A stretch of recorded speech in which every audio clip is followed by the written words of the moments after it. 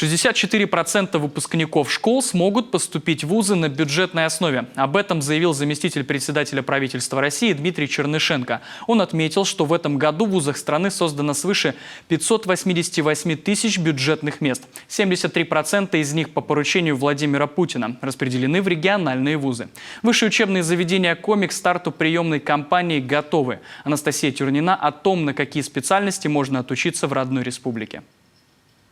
Приемная кампания в Сыктывкарском лесном институте стартует уже завтра. ВУЗ начинает принимать документы по 18 направлениям подготовки. В этом году СЛИ бюджетных мест получает на 120 больше. Всего их 416. Особое внимание – лесному хозяйству и промышленности, машиностроению и строительству. При этом коммерческие выплаты институт уменьшает на 45%. Та ситуация, которая сегодня сложилась в стране, в экономике, требует от нас огромных усилий в развитии это машиностроения, то есть в развитии техники и новых технологий.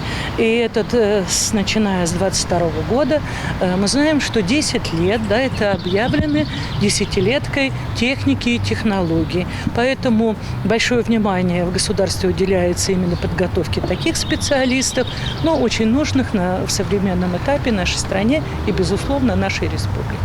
Приемная кампания в России начинается не позднее 20 июня. Правительство уделяет большое внимание созданию сильных кадров в регионах. По словам заместителя председателя правительства страны Дмитрия Чернышенко, упор делается на инженерные специальности. Это позволит обеспечить скорейшее импортозамещение. С сентября по данным направлениям начнут обучение почти 245 тысяч человек. На втором месте находятся педагогические специальности. По ним предусмотрено свыше 75 тысяч мест. Следом идут общественные и медицинские науки. Еще 68 тысяч мест. В Сыктывкарском госуниверситете имени Петерима Сорокина в этом году, к примеру, впервые появится ординатура.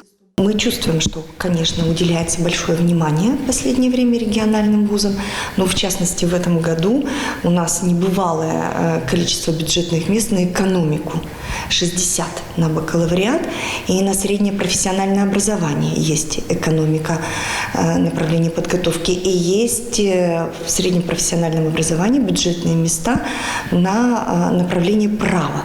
Подать заявление на поступление в ВУЗ в этом году можно 4 способами. Лично посетив приемную комиссию, по почте, через официальный сайт ВУЗа и через суперсервис поступления в ВУЗ онлайн на портале госуслуги. К последнему в этом году подключились свыше 970 университетов страны, в том числе и КОМИ Республиканская академия государственной службы и управления. К слову, там, по словам главы КОМИ, в этом году тоже предусмотрены бюджетные места.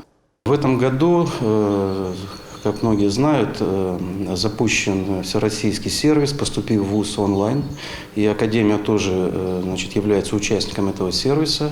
Соответственно, в этом году абитуриенты могут иметь возможность подать документы на поступление, фактически не покидая своего дома, то есть посредством этого сервиса.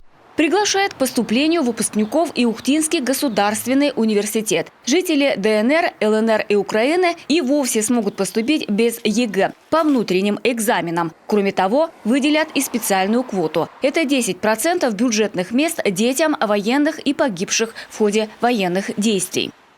В этом году больше бюджетных мест. Открылась новая специальность, у нас называется ландшафтная архитектура. Мы впервые будем делать набор на нее. 10 бюджетных мест выделили. Сегодня правительство страны делает все, чтобы как можно больше выпускников школ смогли учиться в вузах на бесплатной основе. Приемная кампания 2022 года тому доказательство. Анастасия Тюрнина, Яков Шлегель, телеканал Юрган.